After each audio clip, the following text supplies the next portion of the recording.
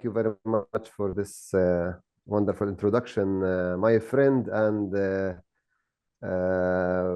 we haven't seen each other for a long time. Yes, you're right. And I would like to thank you very much for this great opportunity to participate in such nice and important conference from primary cells to organoids. So today I'm presenting the title of my presentation is 3D multicellular tumor spheroids, MCTS, a versatile tool for studying tumorigenicity and drug discovery.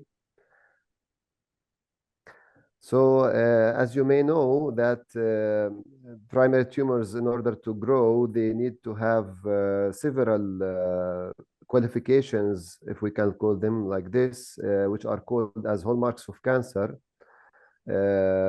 determined by Hanan and Weinberg. These qualifications, they can be cited as several growth factors that are secreted by the cancer cells themselves, or different mechanisms that cancer cells may obtain through different mutations that can occur in these cells to inhibit, for example, the anti-growth signals, to avoid the immune response and to avoid cell death, to induce genome instability and to deregulate their metabolism, to produce several cytokines and inflammatory factors, and to also produce angiogenic factors in order to build new blood vessels, and finally to activate the metastatic and invasive capacities of these cells. So in my work and the work which I work with my colleagues here in Palestine for now, and which I have worked together with also colleagues in France, the main goal or the main goal of our research is to focus on the cancer growth and proliferation of the cells and the migration and invasion, and how to inhibit these two hallmarks. So here I would like to say, I would talk about the importance of this model, the 3D MCTS, which I can resume in 3 points, as you can see. So 3D MCTS can be used to understand the tumorigenicity or the pathophysiology of the cancer progression and its resistance. Also to use it as an in vitro setting for the screening of different anti-cancer treatments, and also in the personalized medicine, where we can take out the tumor cells from the patient and to work outside of the human body in vitro, in order to test different chemicals or different natural products that may have an effect on. So toward this drug discovery, the 3D MCTS, in our work, we test either new chemically produced drugs, and especially it can be from chemical origin, such as chemotherapeutic agents, which can be modified by colleagues from Palestine here, or it can be from natural origin, like plant extracts and essential oils that can be also tested. So simply, to simplify the methodology that I use here, that we use the 96 well plates with round-bottomed wells with ultra-low cell attachment, and we put the cells, we allow the cells to form a spheroid in each well, in presence of the culture medium, and then we test the chemical or the natural product that we can put with these cells, And we see if this chemical can inhibit the formation of these spheroids and to inhibit maybe the cell-cell junctions between these cells, and finally to have an effect on the formation of these 3D MCTS. So we propose the 3D MCTS as a practical and an outstanding model for drug discovery. So why and what's the significance of this inhibition of the formation of 3D multicellular spheroids? As you may know that cancer cells in spheroids or organoids, they are more resistant to chemotherapy than individual cells. So if we inhibit the formation of these cells into a tumor or into a group of cells, we reduce the connection between cells, and we can reduce also the tumor growth. We can also increase the cell death, the possibility to induce the apoptosis in these cells when they are more in the individual structure, and to reduce their capacity to metastasize, because there are several papers talking about the possibility or the capacity of the groups of cells to invade or to migrate with very high potential compared to individual cells. And also the inhibition of the 3D MCTS formation render the cells into individual cells. So we have an improved immune response in this case.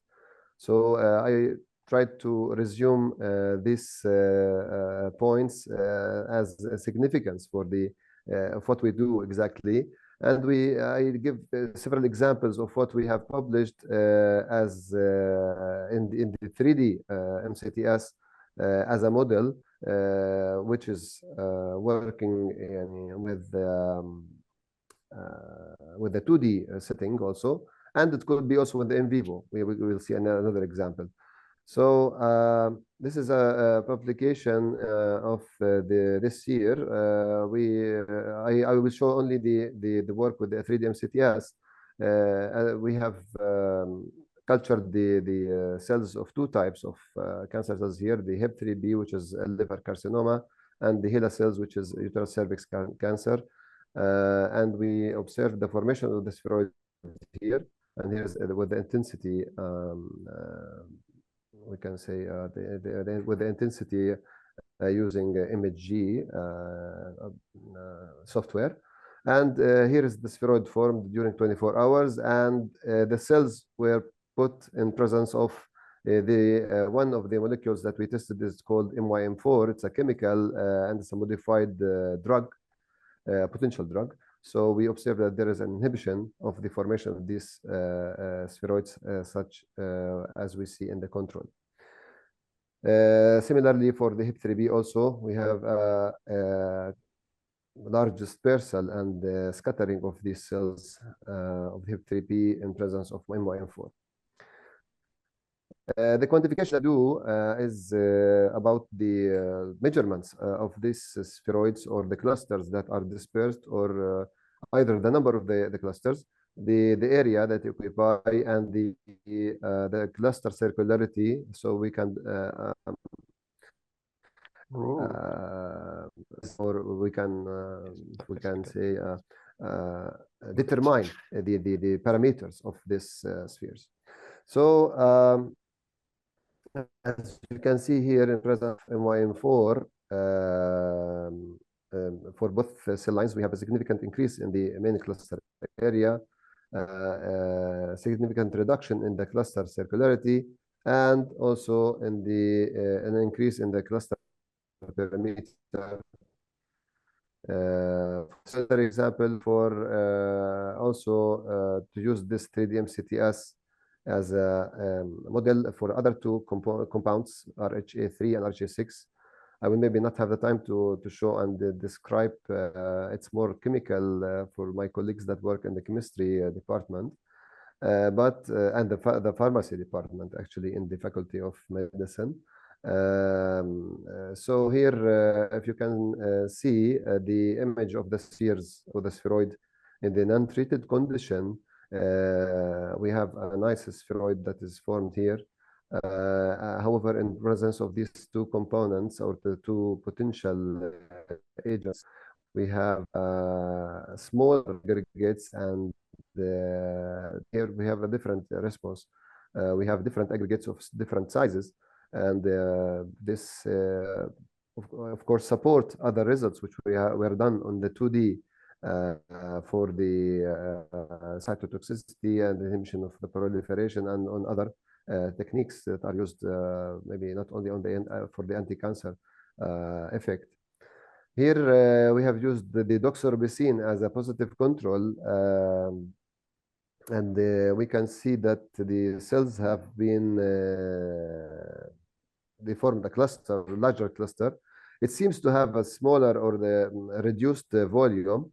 We have different clusters also in the surrounding, and the measurements and the quantifications were done here also.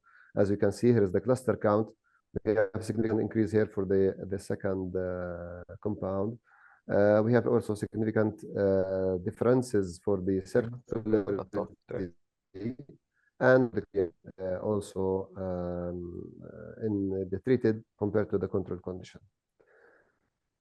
So another example here, we have tested the, or other colleagues of mine, they have taken the sage plant, which is called in Arabic miramiye, and they have produced nano particles, carbon nanodots, which is called. And these components, I have put them with the HIP3B cancer cells, which is a liver carcinoma, and we observe also a perturbation of the formation of the 3D multicellular spheroids. So you can see these different examples here. Also, the quantification which was done similarly, the cluster count was significantly increased in presence of the carbon nanodots, and the measurements of the area, the circularity, and the perimeter. As you can see, also we have significant differences which confirm these results. We have another example here for the Laurus nobilis called waraq in Arabic, and it's also in the Mediterranean countries such as also Tunisia and other countries. So the essential oil of this Laurus nobilis plant was tested for its anti-cancer effect in 2D and also in the 3D MCTS.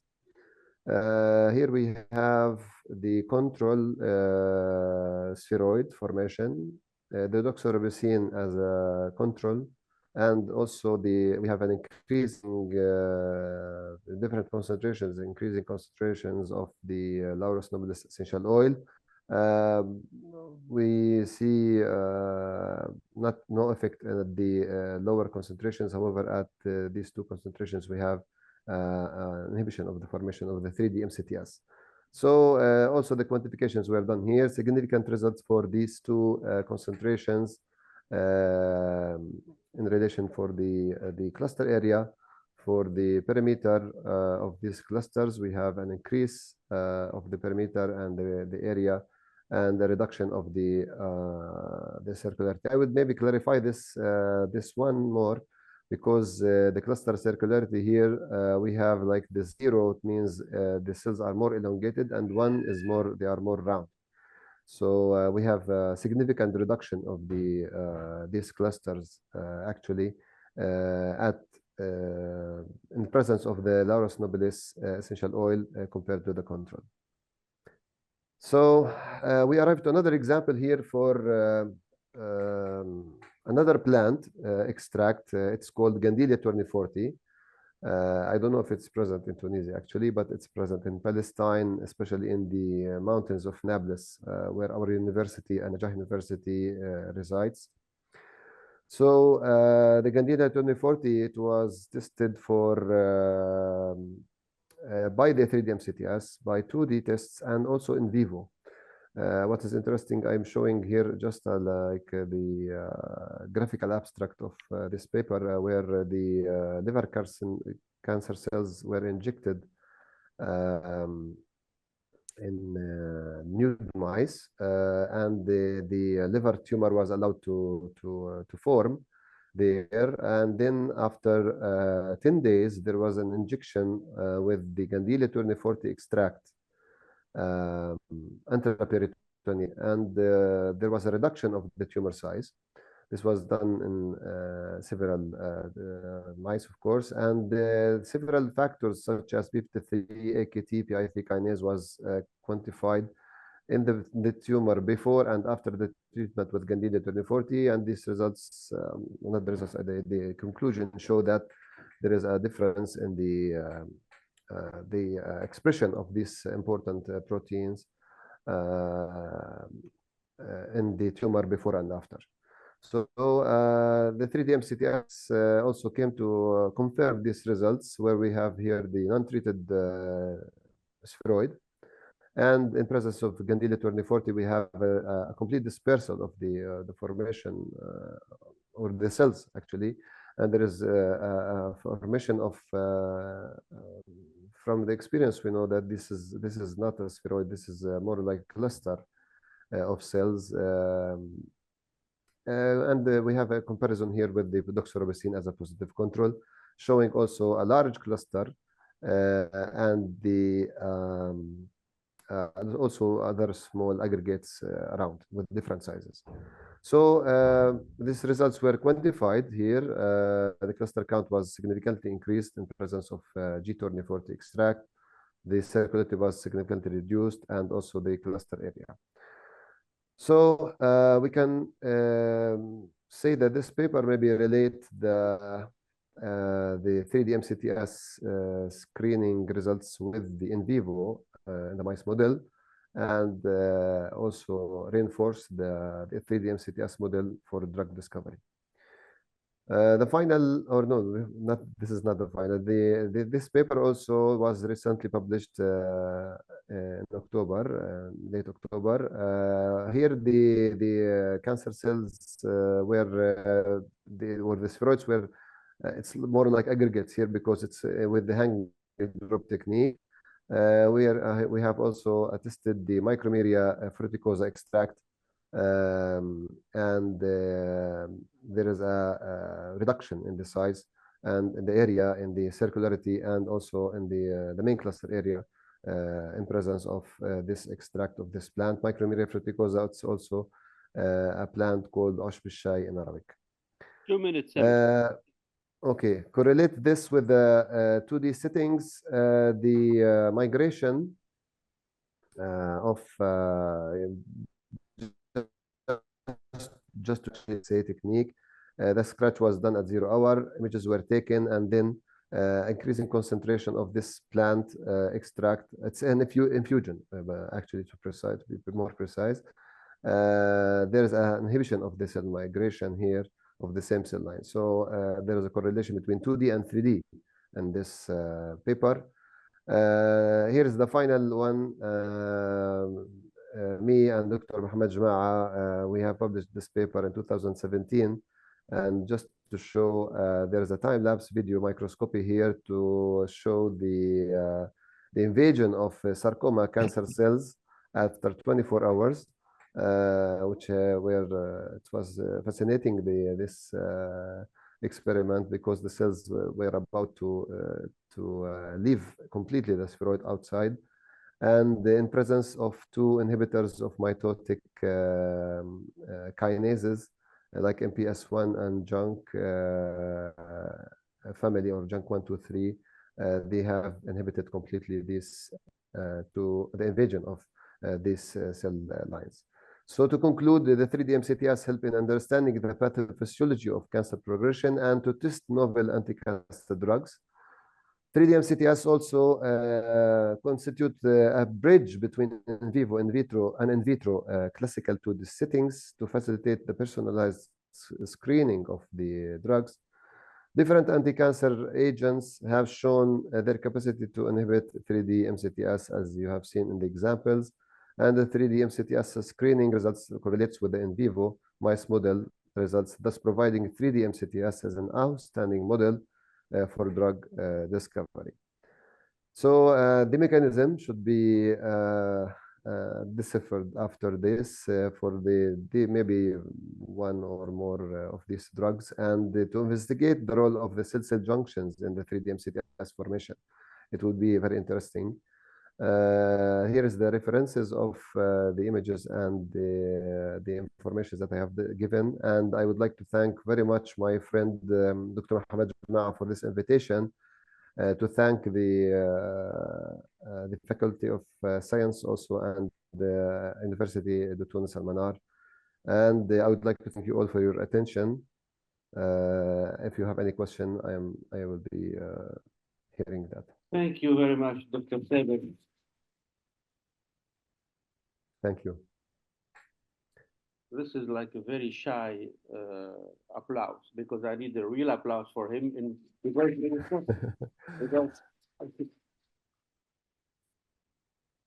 Thank you. I have just to comment something, because you know we work in Tunisia and we work in North Africa and we work in Africa, and we always say that, look, this is a technology that I can master, but we have some trouble with budget, we have some trouble with technology, but these people have trouble with life. So they are doing science in such a rude condition. So again, I'm very proud of you, Samra Abdallah. I'm very proud of my friend in Palestine. And thank you very much for being with us, despite all of the things that are happening around there. Any question from the audience to my friend, Samra? Of course you have, yes. Thank you, Professor Samir, for your very, very interesting presentation and data and all information about spheroid. My question is simple. Just for my curiosity, it seems to me that spheroids are darker in observed. And my question, why cells are dark? Because they are very good cells. Why they are very dark? You heard the question, Samir? No, it was not clear actually, the voice. Actually, the question was, you showed spheroid in a control situation. Why they are appearing dark? It's a matter of difference of lighting, maybe. They appear dark. Where, in which one exactly? Maybe the last or the like this here? Yes. This is. I mean, the question is why, when they are in a spheroid shape, why the...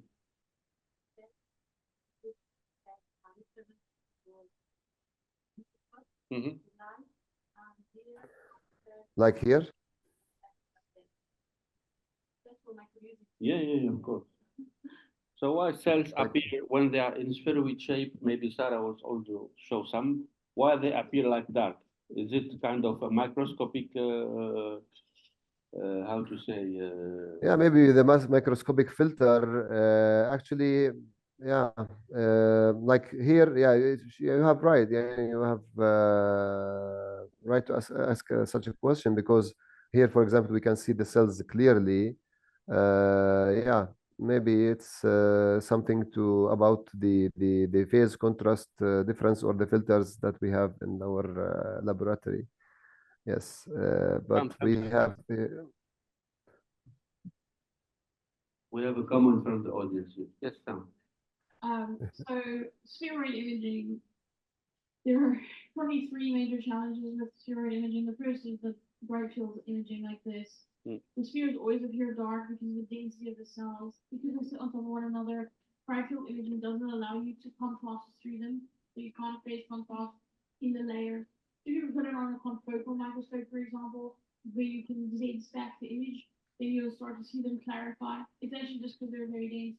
The second issue with spheroid imaging is you see how different the sizes of the spheroids are. So quantitatively, it's very difficult to run the spheroid assays like this. This is a really impressive set of data for spheroids because they're pretty close together in terms of size. So you got to be very careful with the plate that you use. So one of the plates we talk about this week is the ULA plate that's specifically designed to improve the size of the consistency and size And the third issue that we have with spheres like this is if they get big, they collapse because the centers are necrotic. So you'll also see that sometimes you can see them, you can always see there's like a black dot in the middle, and that's usually the necrosis. Okay. Yes. If you can resume, please. Last question from Tasneem, yes. And then we can last question, yes. Yeah, thank you so much, Professor Samer. All right, my question is, what are the optimal culture conditions for 3D MCTS for growth and maintenance? Yeah. So what should be the best condition to grow and maintain spheroids? What I have done exactly for my work, we put them in the culture media. Actually, we didn't use, we put them for the formation in the culture media. And normally we can transfer these spheroids to collagen matrix, actually, as maybe I have done with some of my publications. But yes, it's in the culture media. It's put in the normal culture media, and the spheroid was completely formed nicely in these conditions. Yes, this is what I can say about this. Okay. Just another question. Sorry. Can we integrate with other technologies such as organ ownership systems? What is it? Can we integrate spheroid with other technology like ships? But to answer quickly the question to Tasneem, right? Yes. Not yet. Not yet. Okay. All right. So not yet. Yes. We have no here and yes here. So the challenge is started. Okay. Okay, Samer, thank you very much, my friend.